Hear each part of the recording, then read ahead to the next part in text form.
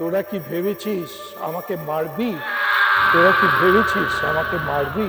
আমরা যাকে ডাকছি সে আসেনি, আরেকজন এসে গেছে। আর সে এসে হামলা শুরু করেছে একেবারে। নরেন্দ্রপুর রামকৃষ্ণ মিশনে নাকি ভূত আছে। এটা একেবারে 100 ভাগ সত্যি। যে আমি নরেন্দ্রপুরে বহুবার ভূত দেখেছি, তারা এসছে, তাদের দেখছি ঘুরে বেড়াচ্ছে। কিন্তু অনেকে যে বলেন যে প্রেতাত্মাকে বশ করা যায়। এটা বলছি না এই কারণে যে ওখানকার স্টুডেন্টদের ভয় পাওয়ার জন্য।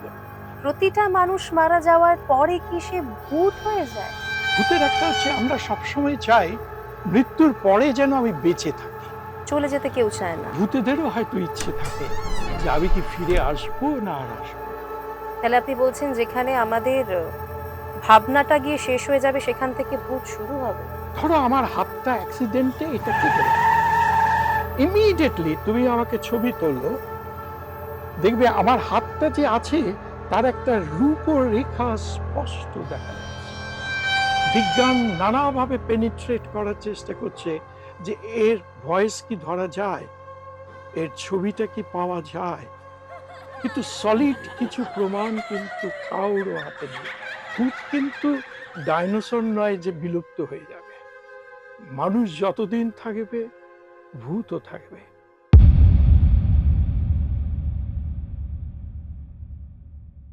সঙ্গে সঙ্গীতায় আপনাদের সঙ্গে আমি সঙ্গীতা। আমাদের পডকাস্টের এই এপিসোডে আমাদের সঙ্গে থাকছেন অধ্যাপক বিপ্রদাস ভট্টাচার্য। আর এই এপিসোড কিন্তু ভয়ের, ভূতের গল্পের। এমন দারুণ দারুণ গা ছমছমে সব গল্প রয়েছে, শেষ অবধি না শুনলে একেবারে মিস হয়ে যাবে।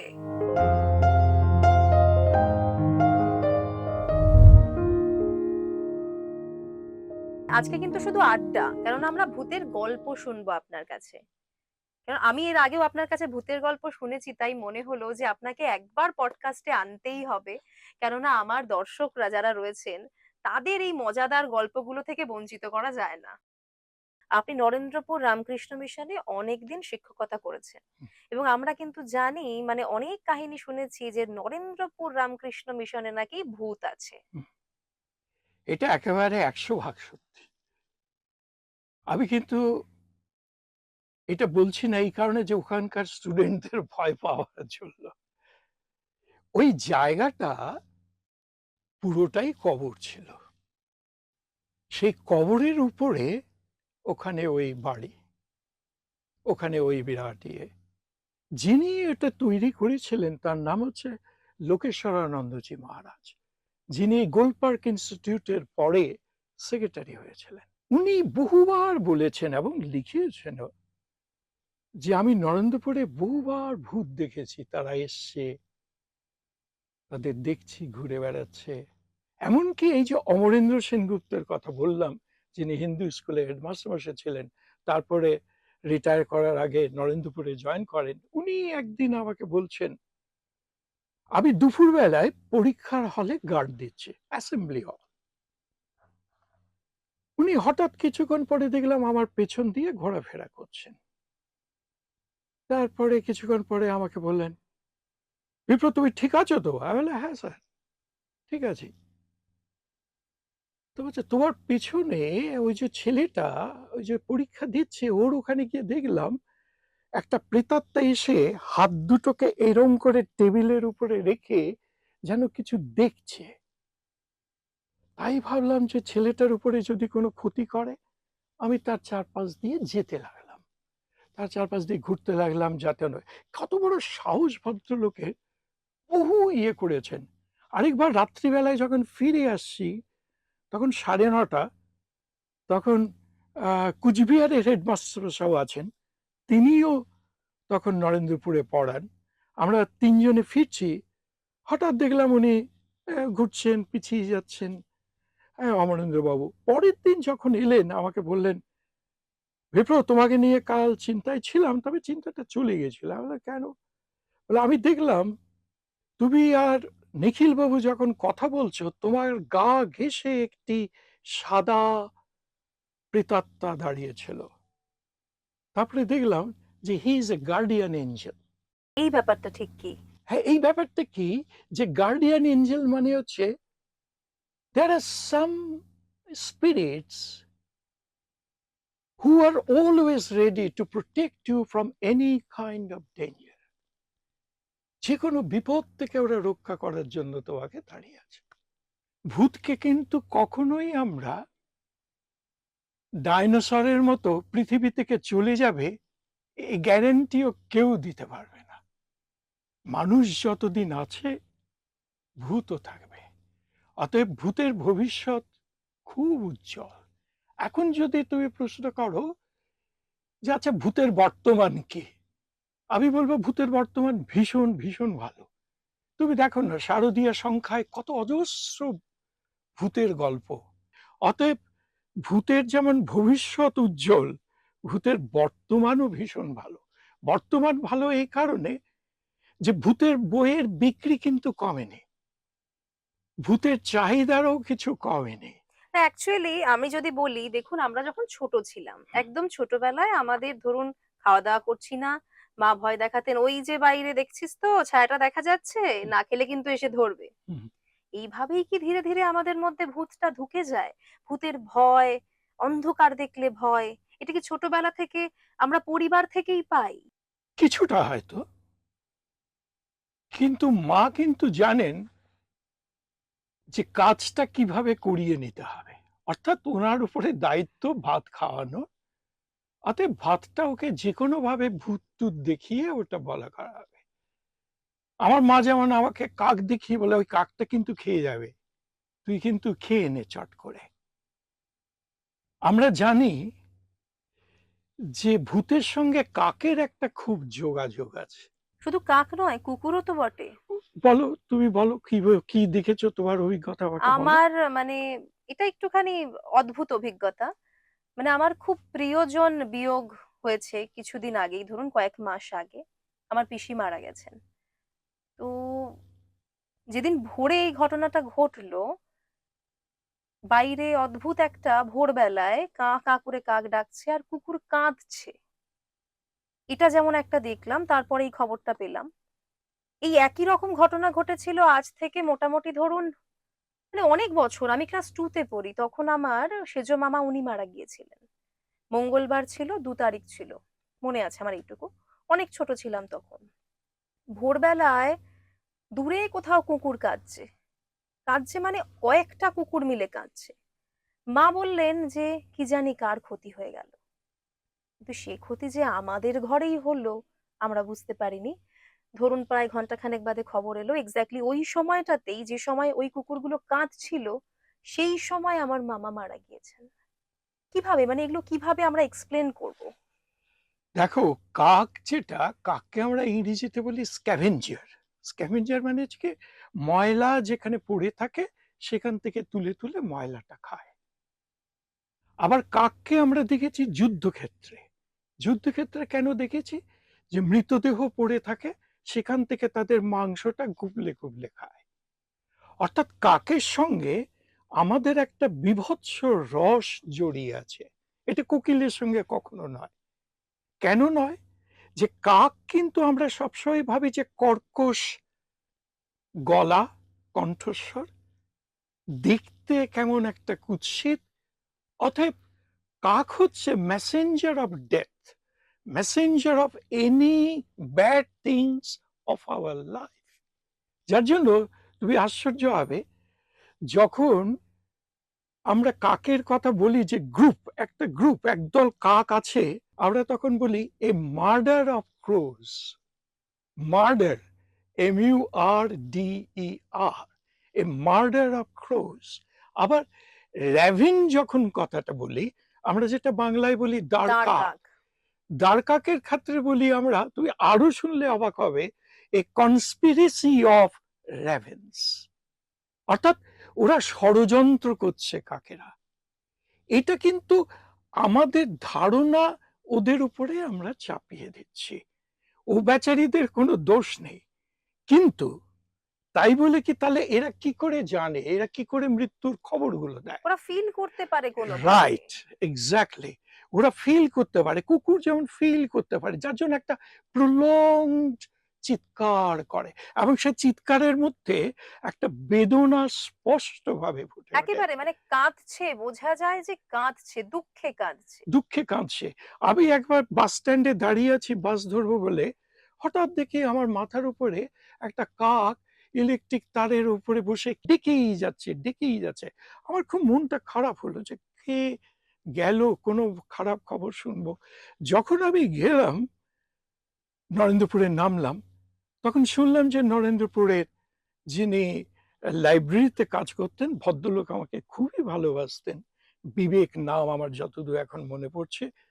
তিনি মারা গেছেন, এবং কলেজের একজন বলছেন যে উনি মারা যাওয়ার সময় কিন্তু আপনার সঙ্গে দেখা করার জন্য ছটফট করছিলেন। অতএব যারা বলেন যে আচ্ছা বুদ্ধিতে কি ব্যাখ্যা চলে এই জিনিসটার, আমরা বুদ্ধি দিয়ে কিন্তু বোঝাতে পারবো না, কিন্তু এই কথাটা তো আমি বোঝাতেই পারবো যে আমি যাকে তীব্রভাবে চাইছি, যাকে আমি দেখতে চাইছি আমার জীবনের শেষ সময়, অথবা উনি কিছু একটা জরুরি কথা, ওনার পরিবারের কথা, যে আপনি দয়া করে ওরা যদি বিপদে পড়ে তাহলে আপনি সাহায্য করবেন, হয়তো কিছু কথা বলতে যাচ্ছিলেন। এটা তো খুব সম্ভব। আমরা দেখেছি টেলিপ্যাথি। আমি কাউকে ভাবছি, তিনি ঠিক চলে এলেন। আমি কাউকে ভাবছি, তিনি সেই সময় আমাকে টেক্সট মেসেজ করলেন। ইংরেজিতে বলেন না, নোবেল লরিয়েট বলেছেন এডিংটন, উনি বলছেন this world is made of mind staff. গোটা পৃথিবীটাই মনের জগতে তৈরি। শেক্সপিয়ার আবার বলছেন যে there is goodness and bad things in life and it is mind only that creates. মনই এটা সৃষ্টি করে, অর্থাৎ ইভিল অ্যান্ড গুড। এই ভূতের মধ্যে দিয়ে আমরা এই ইভিল আর গুডটাকে প্রমাণ করতে চাই। যেমন শেক্সপিয়ারের নাটকগুলোতে, যারা সবাই পড়েছেন, বেশিরভাগই পড়েছেন, হ্যামলেট। হ্যামলেটের বাবাকে যখন তার কাকা মারলেন বাগানে, ওই কানে বিষ ঢেলে মারলেন। হ্যামলেটের বাবা যখন আসছে তার কাছে, তার ছেলের কাছে, অর্থাৎ হ্যামলেটের কাছে, আর কেউ কিন্তু দেখতে পাচ্ছে না, শুধু দেখতে পাচ্ছে হ্যামলেটই দেখতে পাচ্ছে। এটা মানেটা কি? যে ভূত এখানে playing the role of a messenger, যে দেখ, I was by him and you must take the revenge of it. এখন কিন্তু প্ল্যানচেট খুব কম শোনা যায়, কিন্তু আগে আমরা দেখেছি যখন আমরা ছোট ছিলাম, আপনাদের যে সময়, আপনারা যখন মোটামুটি আমাদের বয়সী, সেই সময়টায় কিন্তু প্ল্যানচেট একটা ভীষণ বড় ব্যাপার ছিল, এবং প্ল্যানচেট করে মানুষকে ডাকা হতো, ডেকে তাদের কাছ থেকে বিভিন্ন অজানা প্রশ্নের উত্তর চাওয়া হতো। মানে এটা আপনার কি মনে হয়, প্ল্যানচেটকে কিভাবে দেখেন? প্ল্যানচেট জিনিসটা, এটা ফরাসি শব্দ। ফরাসি শব্দের উচ্চারণ হচ্ছে প্লাসেট, অর্থাৎ কারো উপরে আমি ইনভোক করছি। নানা রকম ভাবে প্ল্যানচেট হয়। কেউ পয়সা রেখে, কেউ পয়সাটা জোর করে ঘুরিয়ে, একটা আটানা আমি যদি ঘোরাতে থাকি, যদি অনেকক্ষণ বেশি ঘোরে, তখন বোঝা যাবে যে প্রেতাত্মা এসে গেছে, এবং প্রেতাত্মা ভর করে আরেকজনের উপর। তার উপরে যখন ভর করে, সে তখন ওর কন্ট্রোলে চলে যায়, এবং আমি দেখেছি সে এরকম আচ্ছন্ন অবস্থায় থাকে। আপনি কখনো অংশ নিয়েছেন? আমি ওই একটা দুটো ব্যাপারে অংশ নিয়েছি। আমার কাছে অদ্ভুত লেগেছে এটা। হোস্টেলের ছেলেরা সবাই মিলে একদিন ঠিক করেছে, এই পরীক্ষা তো এসে গেছে, এমএ, এমএসসি, এমকম, তা আমাদের এই প্রেতাত্মার কাছ থেকে জানি যে আমরা কে কি করব।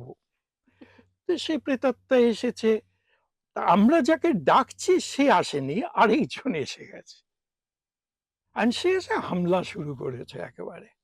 এবং সে যা বলছে প্রেডিকশন, তার মধ্যে 10টার মধ্যে 9টাই লাগেনি, একটা লেগে গেছে। মানে আপনারা ফিল করলেন ওখানে বসে যে কেউ একটা এসেছে, মানে কিছু একটা অস্তিত্ব সেখানে টের পেলেন এক্স্যাক্টলি। এবং আপনারা? ছেলেটা না বেশ সলিড চেয়ারে ছিল, বেটে ছিল। ও হাত দুটোকে এরকম স্ট্রেট করে দিল, গলার ভয়েসটা চেঞ্জ হয়ে গেল, চেঞ্জ হয়ে বলছে, তোরা কি ভেবেছিস আমাকে মারবি? তোরা কি ভেবেছিস আমাকে মারবি? হঠাৎ একটা গ্রামের ছেলে ছিল, সে ভয়ের চোটে বলে দিয়েছে জয় মা তারা, ভয়ের চোটে। হঠাৎ দেখলাম ও কিন্তু এইরকম হয়ে গেল, ঝিমিয়ে গেল একেবারে, একদম এরকম হয়ে গেল। এ একেবারে ঝিমিয়ে গেল। সবাই এই ফাঁকে একজন পালিয়ে গেছে ভয়ের চোটে, দেখছে যে ঝিমিয়ে গেছে, সবাই ওকে নিয়ে ব্যস্ত। ওমা কিছুক্ষণ পরে উঠল, উঠে বলছে, তোরা কি ভেবেছিস আমাকে এই অস্ত্র দিয়ে মারবি? একটা কথা দেখো, খুব ইন্টারেস্টিং। ও বলেছিল কিন্তু জয় মা তারা, কিন্তু ও বলছে অস্ত্র। অস্ত্র বলছে, তোরা কি ভেবেছিস আমাকে এই অস্ত্র দিয়ে মারবি?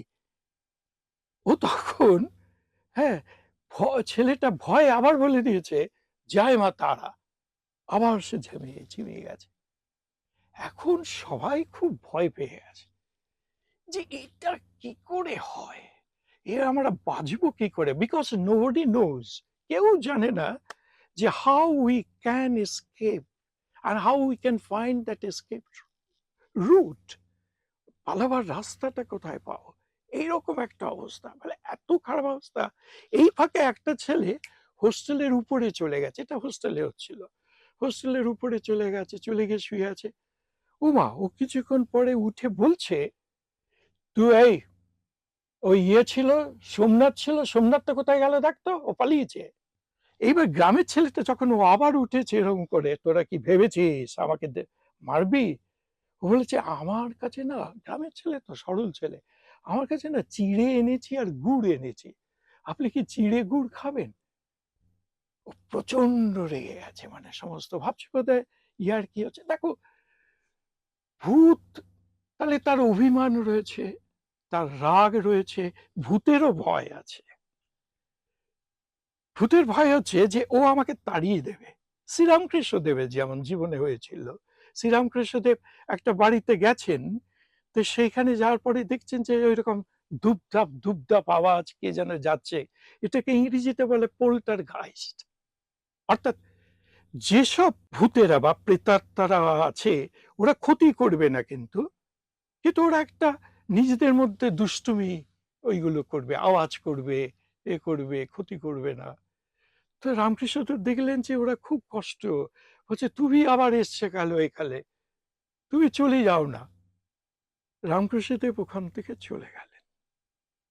এখন এটার ব্যাখ্যা হচ্ছে, যদি সারদা মাকে জিজ্ঞাসা করা হতো, সারদা মা এরকম অনেকবার উত্তর দিয়েছেন, বলছেন, দেখ বাবা, ঠাকুর এখানে ভাঙতে আসেনি, গড়তে এসেছে, কোনো ভূত তাড়াতে এখানে জীবনে আসে।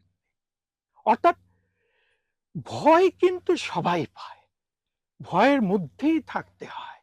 এই ভয়ের মধ্যে থাকতে থাকতে আমরা একটা কথা, এই যে প্ল্যানচেটের কথা যেটা বলে, প্ল্যানচেট তো রবীন্দ্রনাথ বহু করেছেন। ওনার বৌদিকে এনেছেন, তারপরে বৌদিকে আনার পর জিজ্ঞেস করছেন, বৌঠান, কাল রাতে না তোমার কথা খুব মনে পড়ছিল, তুমি আসোনি। তো বৌঠান বলছেন, আমি এসেছিলাম, তুমি তখন ঘুমোচ্ছিলে, তোমার গায়ে কোনো চাদর ছিল না, আমি সেই চাদরটা তোমার গায়ে উঠিয়ে দিয়েছি। এখন তুমি বলো যে রবীন্দ্রনাথ যদি তার একটা জায়গায় এসব লিখে রাখেন, অমিতাভ চৌধুরীর বই আছে একটা, হ্যাঁ, রবীন্দ্রনাথ ও পরলোক চর্চা, হ্যাঁ, তো এইসব জিনিসগুলো, বা আমাদের নজরুল ইসলাম অনেকবার করেছেন, এরা প্রত্যেকেই এই যে প্ল্যানচিট গুলো করতেন। আমি আমার একজনকে জানি, আমার সহকর্মী ছিলেন, হিন্দু স্কুলে হেডমাস্টার মশাই অমরেন্দ্রনাথ সেনগুপ্ত, আর উনি না ভূতটা দেখতে পারতেন, দুপুর বেলাও দেখতে পারতেন। একদিন বিজয়গড় ওনার বাড়ি, বিজয়গড় থেকে উনি বেরোচ্ছেন, দেখেছেন একটা নোংরা কাপড় পরা একটা মেয়ে, 20 বয়স হয়েছে, সে তার সামনে দিয়ে হেঁটে যাচ্ছে, আর উনি ওকে যতবার দেখেছেন ততবারই তার অ্যাক্সিডেন্ট হয়েছে। উনি সেদিন আমাকে বলছেন যে, বিপ্র, আজকে আমার অ্যাক্সিডেন্ট হবে। আরে স্যার, কি বলছেন? বলছে, হ্যাঁ। বলে, আপনি কি করে বুঝলেন? বলে, আমি যে প্রেতাত্মাটাকে দেখি না, ও আজকে আমার রাস্তা ক্রস করলো। তাহলে ঠিক আছে স্যার, আমি আজকে আপনার সঙ্গে সবসময় থাকবো। এটা কতদিন আগের কথা? এটা 20 বছর 25 বছর আগের কথা, 25 বছর আগের কথা। বলে, স্যার আমি আজকে থাকবো, আপনার সঙ্গে থাকবো। বলে ওনাকে ক্লাস নিয়েছেন, আমি ক্লাসে ওনার সঙ্গে ছিলাম, উনি আমার হস্টেলে গেছেন, আমি হস্টেলে ওনার। তখন আপনি রামকৃষ্ণ হ্যাঁ, মিশনে? রামকৃষ্ণ মিশনে আছি নরেন্দ্রপুরে। তো উনি তখন ওই ওখানে হস্টেলে গেছেন, ওখানে সমস্ত কিছু খেলেন দিলেন, ওনাকে আবার ক্লাসে নিয়ে গেলাম। এইবারে উনি থাকেন যাদবপুরের বিজয়গড়ে, আমি তাকে নিয়ে এলাম। আমি তাকে নিয়ে এসে ওনাকে বললাম, এবার স্যার আপনি বাসে উঠুন, বলে 218 নম্বর বাস এলো, ওটা যায় ওদিক দিয়ে। তো আমি ওনাকে তুলে দিতে গেছি। যখন বাসটা এসে থামলো, উনি উঠতে যাচ্ছেন, হঠাৎ একটা লোক ভেতর থেকে এলো, ভেতরে দাঁড়ান দাঁড়ান দাঁড়ান, আমি নরেন্দ্রপুরে নামো, এই স্টপে নামো, এই স্টপে নামো বলে ওনাকে ঠেলা দিয়েছে, সঙ্গে সঙ্গে হাতটা ভেঙে গেল। এইটা আমার কাছে না অদ্ভুত লেগেছে যে আমরা নিজেরা ভাবি না যে আমরা সব করতে পারি, আমাদের হাতের কন্ট্রোল এই সমস্ত কিছু। Nothing, nothing is within our control. If it is destined, it will appear. কিন্তু আমি আই ক্যানট এক্সপ্লেইন ইট। কিন্তু অনেকে যে বলেন যে প্রেতাত্মাকে বশ করা যায়। সেটা তো গুণিনীরা করেন। এই গড়িয়া অঞ্চলে একজন ভদ্রলোক আছেন, তিনি একজন তার বাড়িতে গেছেন, ডাব গাছ আছে। তো ডাব গাছে গিয়ে উনি বলছেন, কি ডাব খাবেন? তো বলছে হ্যাঁ। বলে এই দুটো ডাব পেড়ে দে তো। কুমার টপ টপ করে দুটো ডাব পড়ে গেল নিচে, অথচ বা উপরে কেউ নেই। আচ্ছা, কিছুক্ষণ পরে ওনাকে বললেন, দেখবেন কি করতে পারি? বললেন হ্যাঁ দেখান কি করতে পারেন। কি একটা বিড়বিড় করে মন্ত্র বলল। বিড়বিড় করে মন্ত্র বলার পরে গাছটা শুকিয়ে গেল একেবারে। বলে ওকে বান মেরেছে। আবার এই যে যারা এইসব করেন, শ্মশানে যারা এইসব নিয়ে সিদ্ধাই করেন, রামকৃষ্ণদেব কিন্তু এই সিদ্ধাইটা পেয়েছিলেন, 16 আনা পেয়েছিলেন, বিবেকানন্দকে দিতে চেয়েছিলেন। বিবেকানন্দ বলে আমার দরকার নেই, তোমার কোনো কাজে লেগেছে? বলছেন না। বলে তাহলে আমার কি কাজে হবে, তুমি আমাকে দিও না, এগুলো আমার দরকার নেই। কেন? আমার মনের অধোগতি হবে, আমি তখন সবাইকে ভয় দেখাতে পারবো। একেবারে অতটা পাওয়ার যদি কেউ পেয়ে যায় সেটা কন্ট্রোলে রাখা খুব মুশকিল। এক্স্যাক্টলি। তখন আমার অহংকার আসবে। আমি দেখি তো একে এই করে দিতে পারি, ওকে এই করে দিতে পারি। গুণিনরা করে কি, যারা কম বয়স অপঘাতে মারা গেছে, হত্যা করেছে বা অ্যাক্সিডেন্টে মারা গেছে, যারা কম বয়স, মেয়ের দেহ হতে পারে আবার যুবকের দেহ হতে পারে, তাদেরকে নিয়ে এসে তাদের উপরে বসে এইসবগুলো ওদের সাধনা করে, ওদের প্রেত সব সাধনা, সাধনা। সব সাধনা করে। একজনকে আমি দেখেছি, ওই সিকিমের লামা, মাথার খুলি দিয়ে উনি ওই কারণ বাড়ি বলে, মদ ঢেলে খেতেন, বলে এইটাকে দিয়ে খেলে ভগবান বলেন যে এটাই কোনো আর দোষ নেই, এটার মদের কোনো দোষ। Buddhist. Buddhist Lama, Buddhist Lama মানে লামা মরার মাথার উনি খুলি নিয়ে। কাপালিক, উনি কাপালিক, ওই জন্য ওর বিখ্যাত। বাপ রে বাপ, সে বিদেশ থেকে দেখি ছেলে মেয়েরা ভর্তি, ওনার সমস্ত ওই সবগুলো করছে। উনি করেন কেন? উনি মূলত তান্ত্রিক, অথচ উনি কিন্তু এই সাউথ পয়েন্টের ছেলে। কিভাবে ওটা চেঞ্জ হয়ে গেল? ওকে খ্যাপা বাবা সবাই বলে, খ্যাপা বাবা সবাই বলে। অদ্ভুত লোকটা, যে এদের এই যে ক্ষমতা, ওরা করে কি, কাউকে কাউকে দেখেছি আমি, একজন সাঁওতাল মারা গেছেন, অপঘাতে মারা গেছেন, তার দাঁতটা বার করে নেয়, দাঁতটা বার করে নিয়ে একটা বাটিতে রাখে, বাটিতে রেখে তাকে দিয়ে পরিচালনা করে, ও যা যা চায় সেগুলো করে। এগুলো কখনো দেখেছেন আপনি সামনে থেকে? এটা যারা যারা করেছেন তারা তারা প্রত্যেকে আমাকে বলেছে, এবং তারা খুব পণ্ডিত লোক, তারা ধর্মীয় একদম ইয়ে। আমাকে একজন বলছেন, আমার মাস্টারমশাই ছিলেন যখন আমি ইংরেজিতে এমএ পড়ছি, তিনি বলছেন যে জানো আজকে একটা অদ্ভুত ব্যাপার দেখলাম। আমি বলি, কি? সদানন্দ চক্রবর্তী, অসাধারণ পণ্ডিত লোক এবং খুব ধার্মিক। ইংরেজিতে এমএ ক্লাসে যখন পড়াতেন, খালি গায়ে আসতেন, একটা ধুতি পরা, চন্দনের তিলক। হ্যাঁ, তিনি বলছেন যে জানো একটা, আমার রানীগঞ্জে, উনি রানীগঞ্জে থাকতেন, বলে রানীগঞ্জে একটা পুলিশ অফিসারের সঙ্গে দেখা হলো। ওই সময় রাত্রিবেলায় দেখি ওর বাচ্চাটা এসছে, বলছে বাবা আমি বাথরুমে যাবো। বলে তুই বাথরুমে যাবে?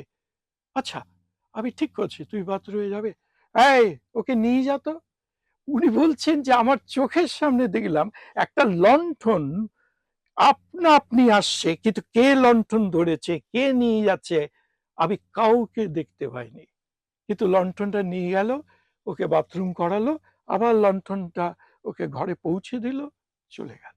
কি ভয়ঙ্কর! কি ভয়ঙ্কর! এবং যিনি বলছেন তিনি আধ্যাত্ম জগতের অনেক উপরে।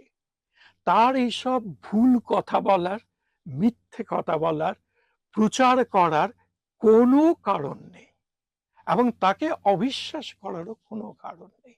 অতএব আমাদের অবিশ্বাস যেখানে থমকে দাঁড়ায় তার নাম হচ্ছে ভূত।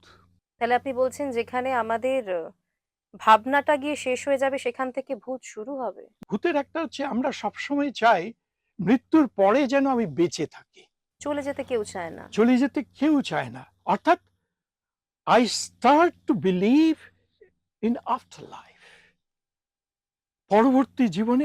দেখো তুমি যত তুমি পিরামিড দেখেছো, সব রাজা 18 বছর বয়সে মারা গেছে, তার সৈন্য টৈন্য সমস্ত কিছুকে ওই কবরের সঙ্গে একসঙ্গে জ্যান্ত কবর দিয়ে দেওয়া হয়েছে এবং তার জিনিসপত্র যেগুলো ব্যবহার করতেন সেগুলো দেওয়া হয়েছে। কেন? ওদের বিশ্বাস যে ওই প্রেতাত্মার দরকার হবে, এই জীবনে তো এগুলো প্রয়োজন ছিল, ওই মরার পরেও ওগুলোর প্রয়োজন হবে। এই যে একটা অদ্ভুত ধারণা যে মরণের পরেও ওটা হবে, তো ওরা এটা করেছে। তুমি দেখো যীশু খ্রিস্টের জন্মের প্রায় 527 বছর আগে আমাদের এই চীন দেশের যে দেওয়ালটা, সে দেওয়ালটা তৈরি হয়েছিল। সেই দেওয়াল তৈরির সময় কিন্তু অনেক হয়েছে, অনেক মানুষকে মারা দেওয়া হয়েছে। কেন?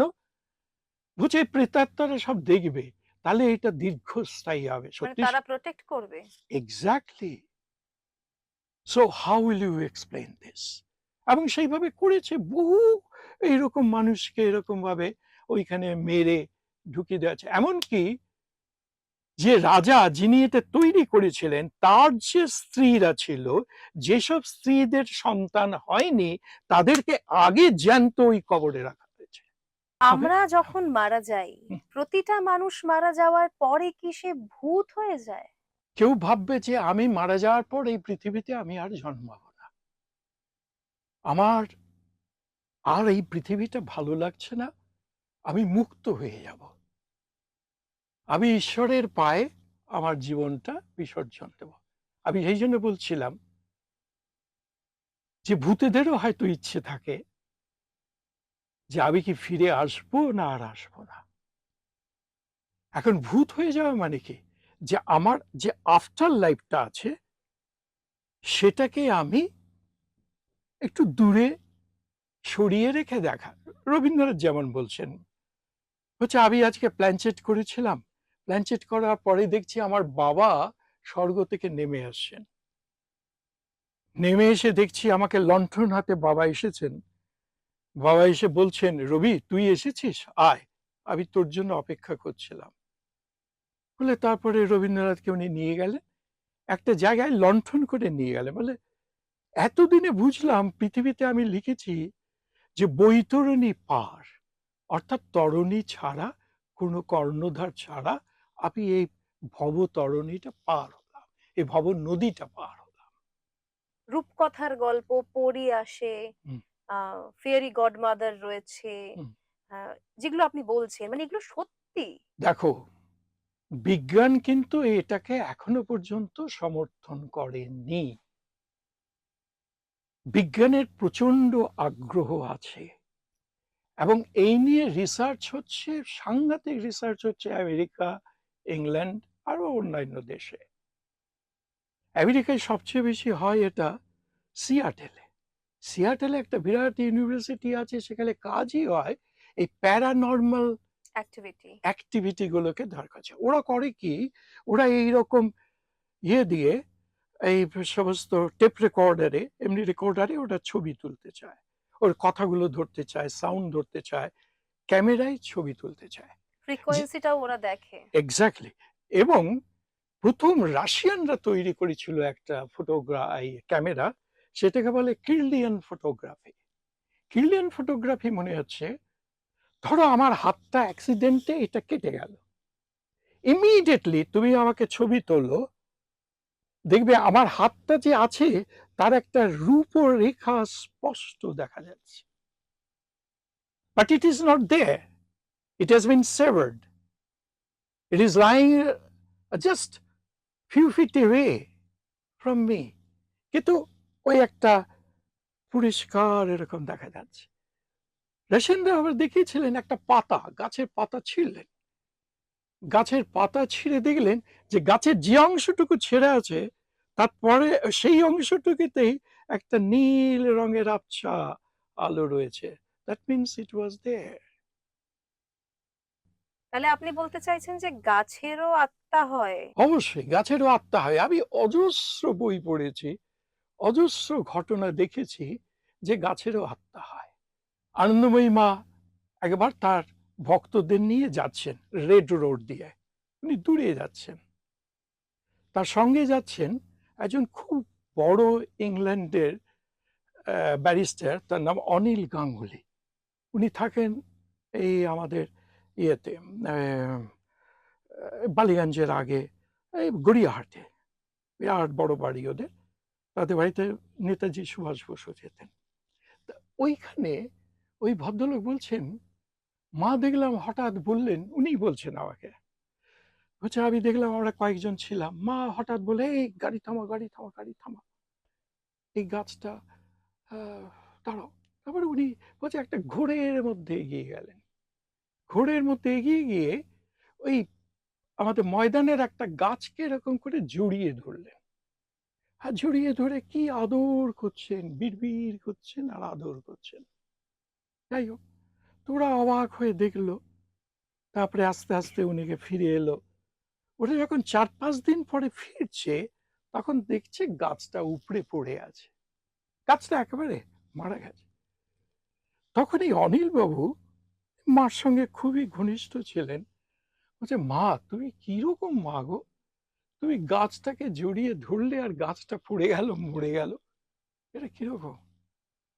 তখন মা আমাকে বলছেন যে বাবা তুমি জানো না, এ আগের জন্মে ঋষি ছিল, একটা সামান্য পদস্খলন হয়েছিল, তাই এ জন্মে ও গাছ হয়ে জন্মেছে, এ জন্মে ও গাছ হয়ে জন্মেছে, তো তো চলে যেত, তাই ওকে জড়িয়ে একটু আদর করলাম, অনেক বড় ঋষি ও। স্টেটসম্যানে তখন একটা কলম ছিল, সেখানে সত্যি কথা ছাপা হতো। একটা অদ্ভুত ঘটনা আছে, একজন ভদ্রলোক এই তোমার মতে ঘুরতে ভালোবাসেন, তুলি বাইরে বেড়াতে গেছেন, ওরা কেউ ছিল না, তো পাশের বাড়ির ভদ্রমহিলাকে বলে গেছেন, আমি যতদিন থাকবো না না, আপনি এসে একবার করে গাছে জল দেবেন। তো বলছে ঠিক আছে। এটা আমরা তো অনেকেই বলি হ্যাঁ, যারা বাইরে বাইরে বাইরে ঘুরি। বাইরে করি, তো বলে তুমি আমাকে জল দিও। তো উনি জল দিয়ে জল দিচ্ছেন, জল দিচ্ছেন। একদিন হঠাৎ দেখলেন যে গাছটা শুকিয়ে গেছে একেবারে। বলে আমি জল দিলাম, গাছটা শুকিয়ে গেল। উমা, রেডিওতে তখন অ্যানাউন্স করছে যে একটা এয়ার ক্র্যাশ করেছে, এবং সেই ক্র্যাশে ওই ভদ্রলোক মারা গেছেন, গাছটা কিন্তু মারা গেল। কি অদ্ভুত কোইন্সিডেন্স! কি অদ্ভুত! What should I say? It is a coincidence or a sympathy or empathy. আচার্য জগদীশ চন্দ্র বসু, উনি তো প্রথম পৃথিবীতে আবিষ্কার করলেন যে গাছের প্রাণ আছে, প্রাণ থাকলে আত্মাও থাকতে হবে। হ্যাঁ, তো প্রাণ আছে। উনি একবার দার্জিলিং এ ওনার বাগানে গেছেন, বাগানে হাঁটছেন, হঠাৎ একটা দেখছেন লতা গড়িয়ে এসে ওনার গালে একটা টোকা মারল। উনি তখন ওনার যে গার্ডেনার, মালি, বাগানের মালিকের দিকে বললেন, হ্যাঁ গো, তুমি এই গাছে জল দাওনি, ও আমাকে কমপ্লেন করছিল এখনই। তখন বলছে হ্যাঁ এটা একটু ভুল হয়ে গেছে, আমি দিয়ে দিচ্ছি, আমি দিয়ে দিচ্ছি। এই যে অদ্ভুত অদ্ভুত ঘটনা আপনি লাইফে ফেস করেছেন, একটু আমাদের সাথে শেয়ার করুন। 3-4টে গল্প বলে দিই এই ফাঁকে। একটা আমার বাড়িতে সাহিত্য সভা হচ্ছে, যোধপুর পার্কের বাড়িতে। তুমুল বৃষ্টি শুরু হলো রাত 9টায়, কেউ বাড়ি ফিরতে পারবে না।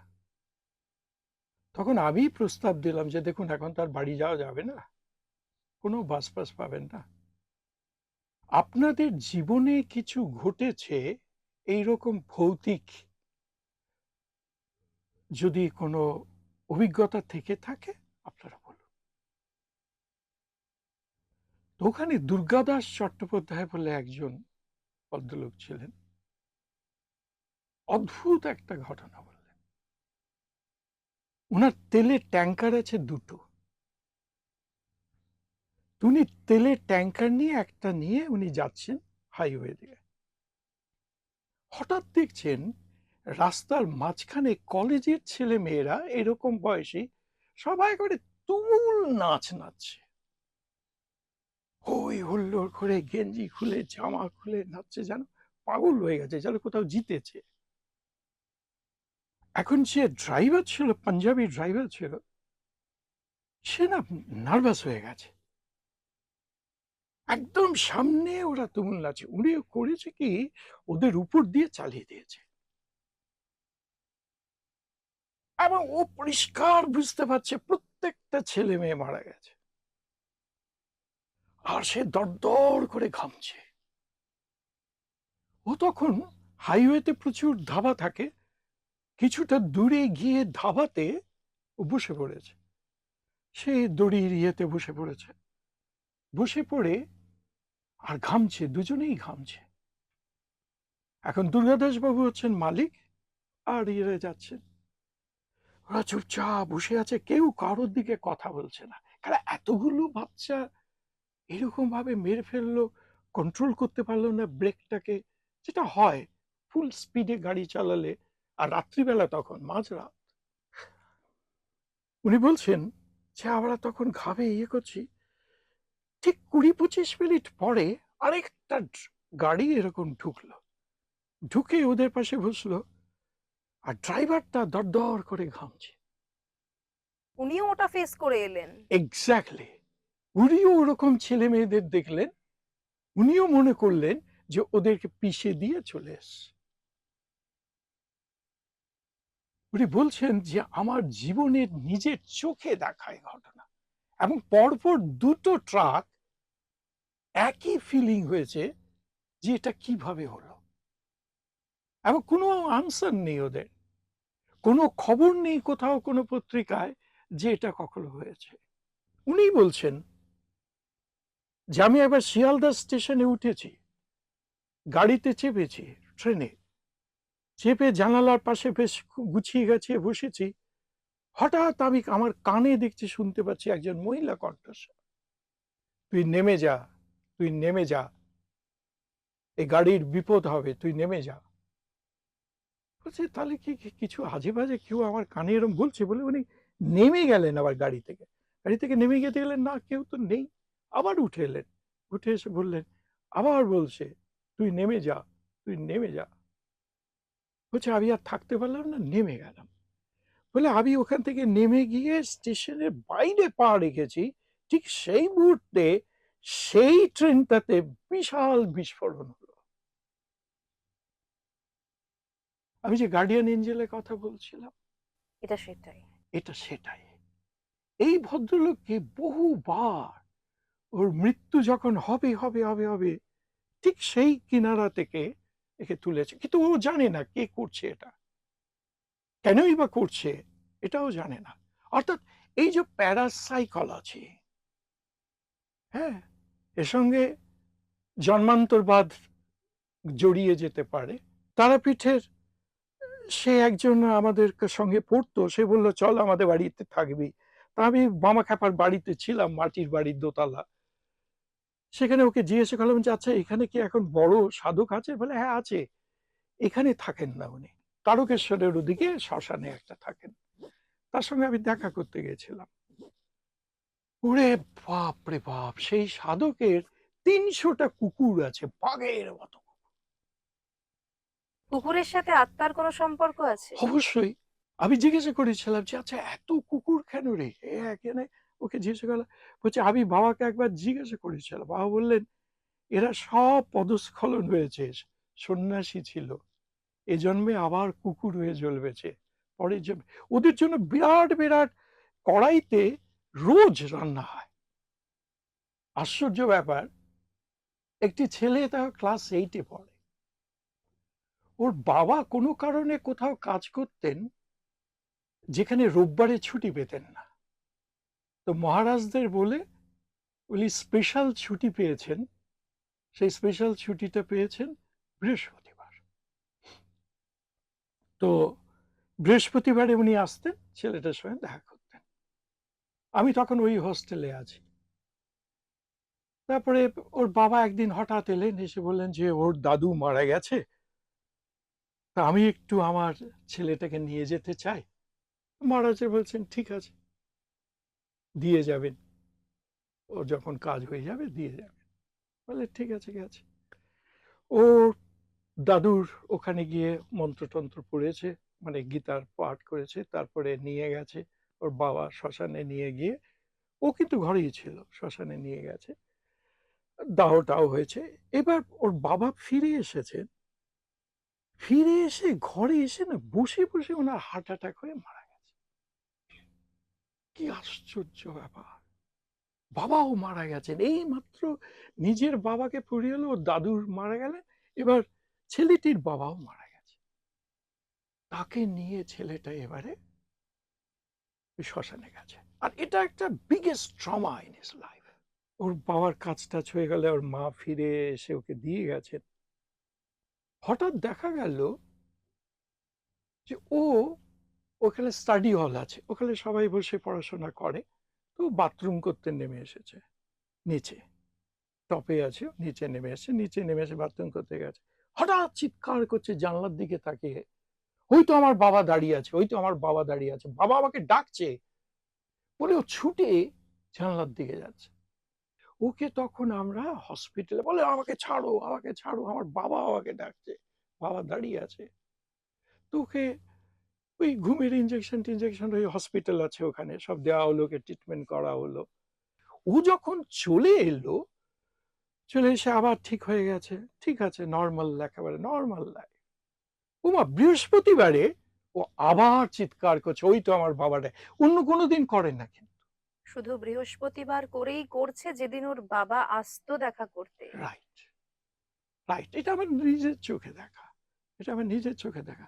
সবাইকে ভূত দেখতে পারে? মানে সব, আমি শুনেছিলাম যে সব রাশির মানুষরা নাকি ভূত দেখতে পারে। না না না, সাধারণত বলা হয় যে তুলা রাশি বা তুলা লগ্নের ওরা দেখতে পারে, এবং যারা দেখে না তারা এরকম এই অমরেন্দ্র বাবুর মতো এরা স্পষ্ট দেখে। উনি বহুবার প্ল্যানচেট করেছেন, নিয়ে এসেছেন। উনি বলছেন যে যাকে প্ল্যানচেটে বসাই তার শরীরে খুব ব্যথা হয়, তার মিডিয়াম যে থাকে তার গলার স্বর বদলে যায়। বিজ্ঞান নানাভাবে পেনিট্রেট করার চেষ্টা করছে যে এর ভয়েস কি ধরা যায়, এর ছবিটা কি পাওয়া যায়, কিন্তু সলিড কিছু প্রমাণ কিন্তু কারোর হাতে নেই। কিন্তু অস্বীকারও করা যাচ্ছে না। অস্বীকারও করা যাচ্ছে না যে ভূত থাকবে কি থাকবে না। ভূত কিন্তু ডাইনোসর নয় যে বিলুপ্ত হয়ে যাবে। মানুষ যতদিন থাকবে ভূতও থাকবে। ভালো ভালো কোনো গল্প শোনার জন্য আপনার কাছে আবারও পৌঁছে যাব আমরা। আসবো, খুব ভালো অনেক লাগলো। ধন্যবাদ। ঠিক।